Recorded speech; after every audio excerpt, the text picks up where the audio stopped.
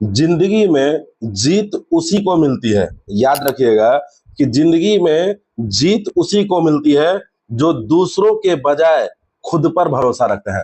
तो हमेशा लाइफ में अपने आप पर भरोसा रखिए और मन लगा के दिल लगा के पढ़िए, ठीक है। तो कैसे हैं आप सभी लोग, स्वागत है आप सभी का आपके अपने यूट्यूब चैनल पर स्पेक्टर सुनील में। आज के इस वीडियो में हम लोग विद्युत धारा भौतिकी के चौथे अध्याय का जो टॉप टॉप ऑब्जेक्टिव जो है, जो चुना चुना ऑब्जेक्टिव है, एक एक करके वही ऑब्जेक्टिव देखने वाले हैं।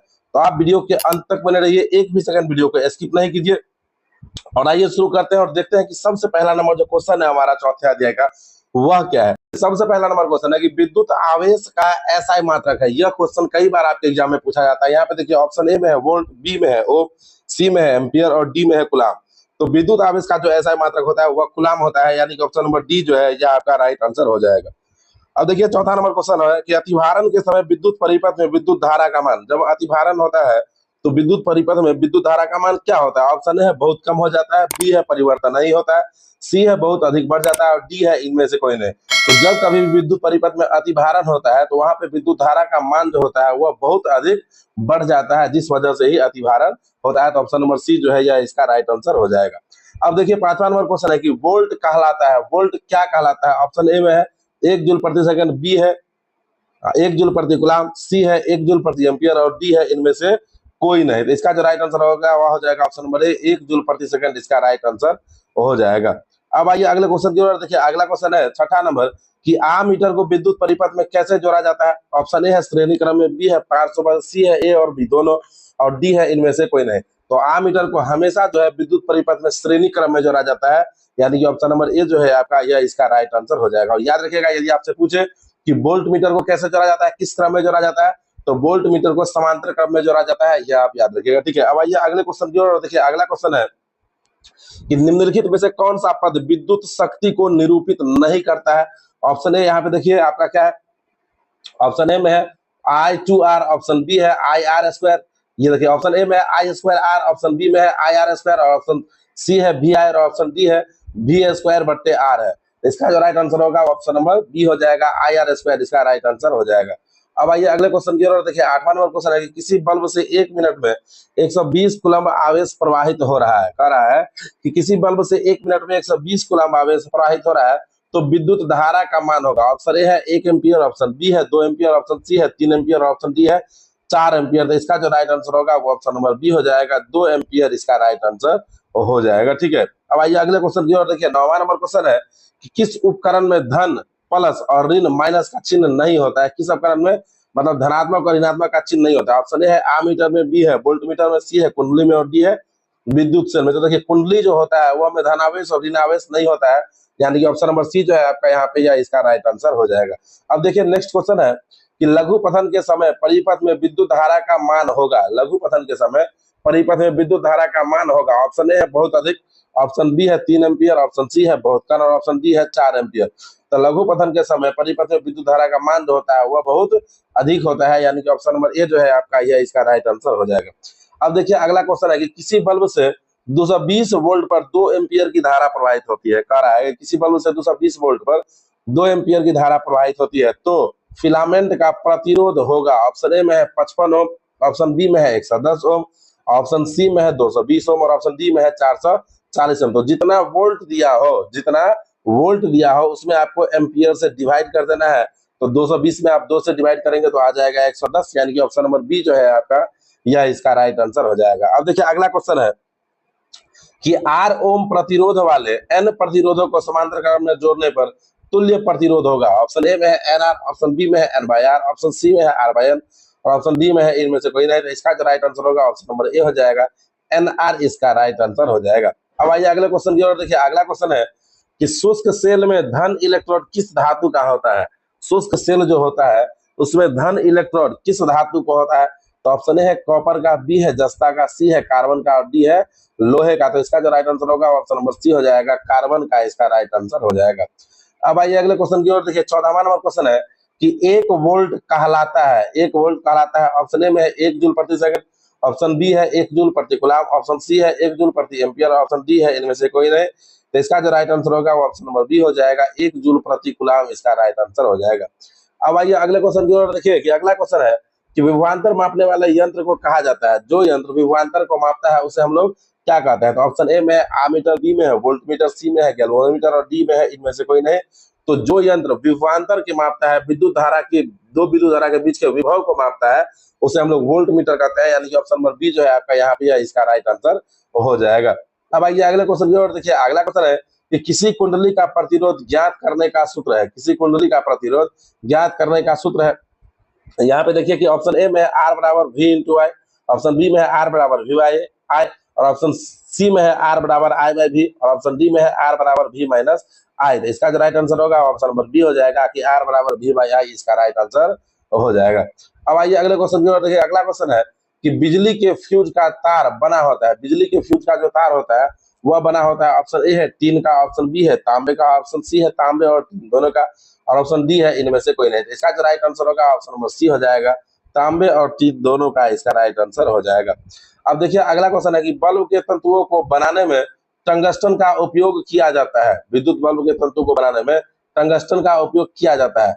ऑप्शन ए में है क्योंकि इसका गलनांक 3380 डिग्री सी है, ऑप्शन बी है क्योंकि यह निम्न ताप पर पिघलता है, ऑप्शन सी है क्योंकि इसका गलनांक 100 डिग्री सी से 200 डिग्री सी के बीच है, और ऑप्शन डी है क्योंकि इसका गलनांक 3000 डिग्री सी है। तो इसका जो राइट आंसर होगा वो ऑप्शन नंबर ए हो जाएगा, क्योंकि इसका गलनांक 3380 डिग्री सी है, इस वजह से इसका उपयोग किया जाता है टंगस्टन का। ठीक है, अब आइए अगले क्वेश्चन की ओर देखिए। 1 ईवी यानी कि इलेक्ट्रॉन वोल्ट है बराबर होता है, ऑप्शन ए में है 1.6 गुने 10 के power minus 19 joule, option B में है 1.6 गुने 10 के पावर माइनस 30 जूल, और ऑप्शन सी में है 1.6 गुने 10 के पावर 27 जूल, ऑप्शन डी में है इनमें से कोई नहीं। इसका जो राइट आंसर होगा ऑप्शन नंबर ए हो जाएगा, 1.6 गुने 10 के पावर माइनस 19 जूल इसका राइट आंसर हो जाएगा। अब देखिए अगला क्वेश्चन है कि 1 MA बराबर कितना होता है। ऑप्शन ए में है 10 के power minus 3 ampere, option B में है 10 का power minus 2 ampere, option C में है 10 का पावर माइनस 1 एम्पियर, और ऑप्शन डी में है 10 का पावर माइनस 11 एम्पियर। इसका जो राइट आंसर होने वाला है वो ऑप्शन नंबर ए होने वाला है, 10 का पावर माइनस 3 एम्पियर इसका राइट आंसर होने वाला है।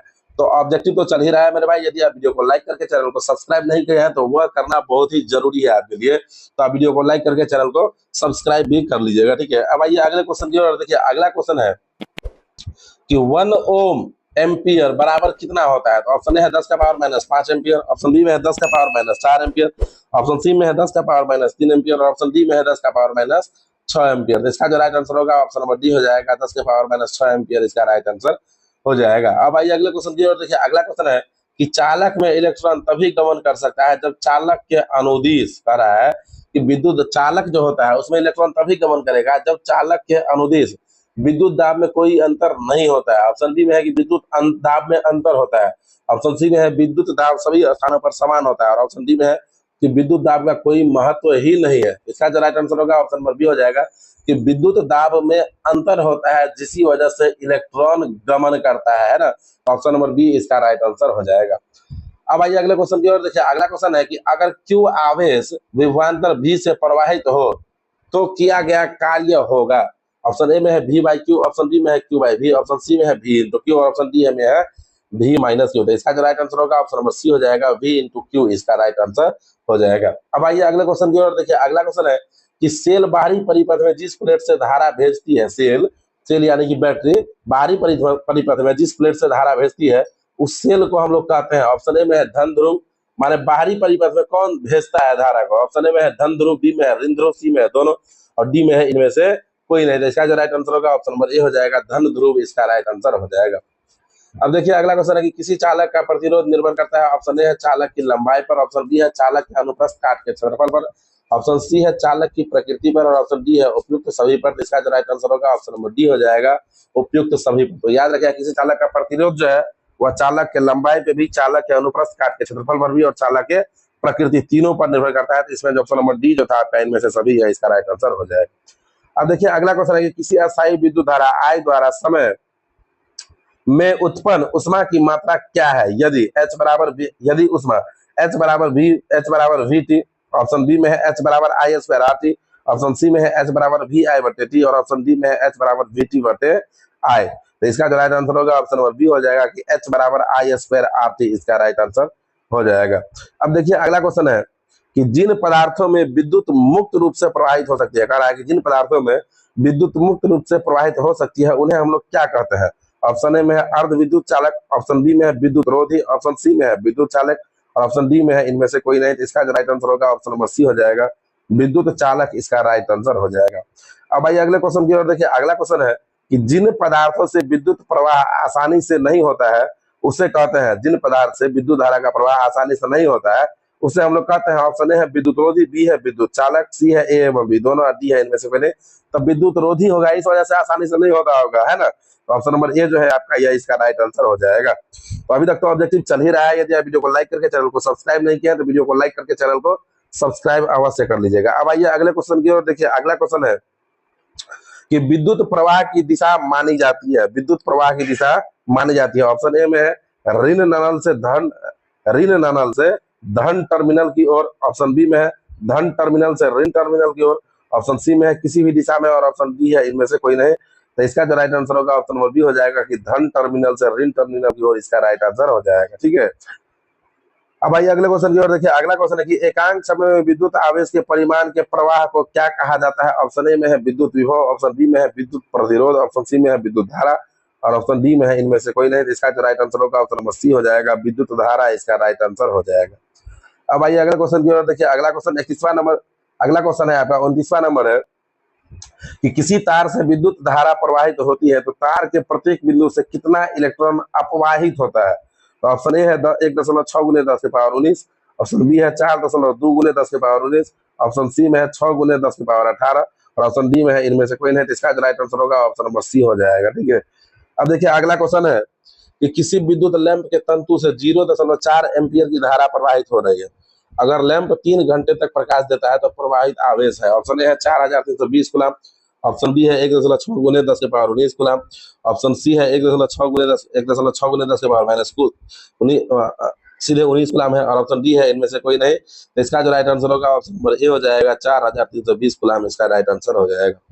अब आइए अगले क्वेश्चन की ओर देखिए। अगला क्वेश्चन है कि किसी विद्युत परिपथ में परिपथ के प्रतिरोध को परिवर्तित करने के लिए किस युक्ति का उपयोग किया जाता है। ऑप्शन ए है धारा नियंत्रक, ऑप्शन बी है परिवर्ती प्रतिरोध, ऑप्शन सी है ए एवं बी दोनों और ऑप्शन डी है इनमें से कोई नहीं। तो इसका जो राइट आंसर होगा ऑप्शन नंबर ए हो जाएगा, धारा नियंत्रक इसका राइट आंसर हो जाएगा।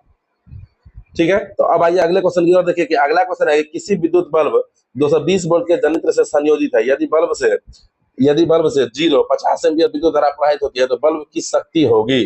ऑप्शन ए में है 100 वाट, बी में है 120 वाट, सी में है 105 वाट और डी में है 110 वाट। इसका जो राइट आंसर होगा ऑप्शन नंबर डी हो जाएगा, 110 वाट इसका राइट आंसर हो जाएगा। अब आइए अगले क्वेश्चन की ओर देखिए। अगला क्वेश्चन है कि किसी विद्युत बल्ब के तंतु में 0.5 एम्पियर विद्युत धारा 10 मिनट तक प्रवाहित होता है तो विद्युत परिपथ से प्रवाहित विद्युत आवेश का परिमाण है। ऑप्शन ए यहाँ पे देखिए 300 कूलम है, सी ऑप्शन सी है 60 कूलम, सी ऑप्शन सी है यहाँ पे 120 कूलम सी है और ऑप्शन डी है 200 कूलम सी। इसका जो राइट आंसर होगा वो ऑप्शन नंबर ए हो जाएगा, 300 इसका राइट आंसर हो जाएगा। अब आइए अगले क्वेश्चन की ओर देखिए। अगला क्वेश्चन है कि विद्युत प्रवाहित कर किसी धातु की वस्तु पर अन्य किसी वांछित धातु की परत निक्षेपित करने के प्रक्रम को कहते हैं। ऑप्शन ए है विद्युत लेपन, ऑप्शन बी है विद्युत अपघटन, ऑप्शन सी है ए तथा बी दोनों, ऑप्शन डी है इनमें से कोई नहीं।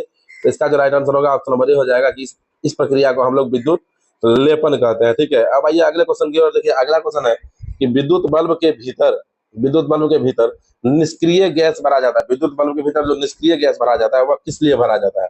तो ऑप्शन ए में है रोशनी तेज करने के लिए, ऑप्शन बी में है टंगस्टन के वाष्पन को रोकने के लिए, ऑप्शन सी है बल्ब की सुरक्षा के लिए और ऑप्शन डी में है इनमें से कोई नहीं। तो इसका जो राइट आंसर होगा वो ऑप्शन नंबर बी हो जाएगा कि टंगस्टन के वाष्पन को रोकने के लिए ही विद्युत बल्ब के भीतर जो है वह निष्क्रिय गैस भरा जाता है। अब देखिए अगला क्वेश्चन है कि विद्युत बल्ब का फिलामेंट होता है। ऑप्शन ए है टंगस्टन का, बी है तांबा का, सी है प्लेटिनम का, डी है इनमें से कोई नहीं। इसका जो राइट आंसर होगा ऑप्शन नंबर ए हो जाएगा, टंगस्टन का। विद्युत बल्ब का जो फिलामेंट होता है वह किस चीज का, किस धातु का होता है, तो टंगस्टन का होता है, यह आप याद रखिएगा। अब आइए अगले क्वेश्चन की ओर देखिए। अगला क्वेश्चन है कि विद्युत चुंबक बनाने के लिए उपयुक्त पदार्थ है। विद्युत चुंबक बनाने के लिए उपयुक्त पदार्थ है। ऑप्शन ए है नरम लोहा, बी है इस्पात, सी है निकेल और डी है इनमें से कोई नहीं। तो इसका जो राइट आंसर होगा ऑप्शन नंबर ए हो जाएगा, नरम लोहा इसका राइट आंसर हो जाएगा। अब आइए अगले क्वेश्चन की ओर देखिए। अगला क्वेश्चन है किसी विद्युत धारा के सतत तथा बंद पथ को क्या कहते हैं। ऑप्शन ए में है विद्युत परिपथ, बी में है विद्युत धारा पथ, सी में है विद्युत विभव पथ और डी में है विद्युत शक्ति पथ। तो इसका जो राइट आंसर होगा ऑप्शन नंबर ए हो जाएगा, विद्युत परिपथ इसका राइट आंसर हो जाएगा। तो इस प्रकार से दोस्तों आज के इस वीडियो में हम लोग भौतिकी के चौथे अध्याय विद्युत धारा का टॉप 38 ऑब्जेक्टिव जो था वो ऑब्जेक्टिव देख चुके हैं। यदि आपको वीडियो अच्छा लगा है तो वीडियो को लाइक करके चैनल को सब्सक्राइब कर लीजिएगा, साथ ही साथ इस वीडियो को आपके नए स्कूल और कोचिंग के ग्रुप में शेयर भी कर दीजिएगा। चलिए मिलते हैं फिर से किसी और नेक्स्ट वीडियो में, तब तक के लिए जय हिंद, जय भारत।